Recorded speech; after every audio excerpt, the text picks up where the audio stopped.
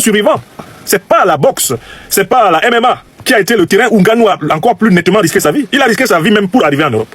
Et pourquoi? Parce que notre pays, le Cameroun, est incapable de donner à sa jeunesse les conditions d'une vie digne. Vous parlez de quoi? On n'a même pas le courage, d'encourager ceux qui disent. Beaucoup de Camerounais marchent à l'air libre, mais avec le cerveau enchaîné par les mensonges de l'ethnie, les mensonges de la religion, les mensonges de la tribu, les mensonges du parti, les mensonges du leader Messi, qui se présente comme un sauvez-nous, sauvez-nous, sauvez-nous.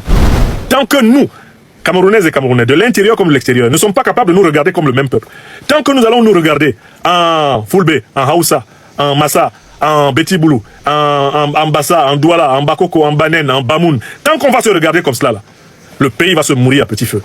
Je vois la honte que certains ressentent après la défaite de l'équipe de football du Cameroun face à la République démocratique du Congo. D'abord, le sport, l'une de ses règles à laquelle les Camerounais doivent s'habituer, c'est le fair play. Mais il faut apprendre à accepter la réalité. Il faut aimer la vérité. Le 1-0 congolais, il est amplement mérité. Et un peuple grandit quand il est capable de dire aux Congolais, félicitations. Et aux lions indomptables, courage.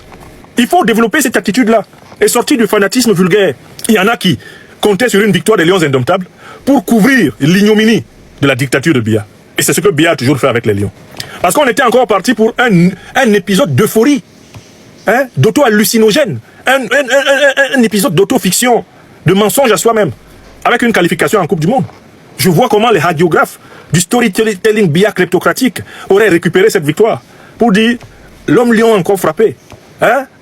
On vous a toujours dit que c'est un président qui nous porte bonheur. Vous voyez, on vient d'être qualifié pour la Coupe du Monde. Ils allaient récupérer ça. En fait, on peut dire merci aux Lions indomptables d'avoir perdu dans ces conditions. Leur défaite a le mérite de nous ramener à notre triste réalité. C'est les mêmes qui sont maintenant en train de tabasser Ngannou, Francis, sur les réseaux sociaux. Parce qu'il a dit un peu de vérité en faveur du peuple. Légèrement. Quand il allait tous les jours à tout dire, leur cirer les pompes. Ça, c'était pas la politique. Le jour où il dit un peu de vérité sur ce qui se passe au Cameroun. Ah, Ngannou! Certains en profitent pour lui rappeler qu'il est Bamileke. Vous voyez comment le Cameroun est gâté. Vous voyez comment on est méchant chez nous. C'est maintenant que Ngannou est Bamileke. Quand il allait tout le temps avec Franck Biya, quand il allait tout le temps à tout dire, quand il allait faire papa président, maman présidente, quand il allait faire les génuflexions là-bas, il n'était pas Bamileke. Depuis que Ngannou a dit un petit commentaire, c'est-à-dire a ouvert un léger écrin sur la réalité du pays, oh, tout le monde devient fou. Pourtant, ce qu'il a dit n'est rien à côté de ce qui se passe. C'est un euphémisme. Ngannou n'a même pas décrit le malheur de notre peuple, qu'il connaît mieux. Il est bien placé pour savoir. Lui qui, pour venir en Occident, à Boza, comme on dit, est passé par les voies de la mort pour arriver en Occident. C'est un survivant. C'est pas la boxe, c'est pas la MMA qui a été le terrain où Ngannou a encore plus nettement risqué sa vie. Il a risqué sa vie même pour arriver en Europe.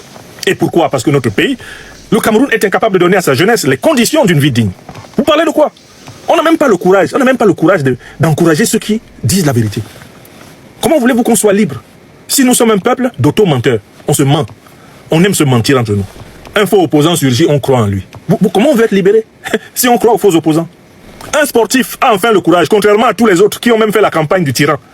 Il se lève enfin, dit un peu de vérité. Certains se lèvent pour le traiter de tous les noms d'oiseaux et lui rappeler sa tribu. Un pays peut se libérer avec ce type d'esprit? C'est très difficile. Parce qu'en fait, les Camerounais sont mentalement enchaînés.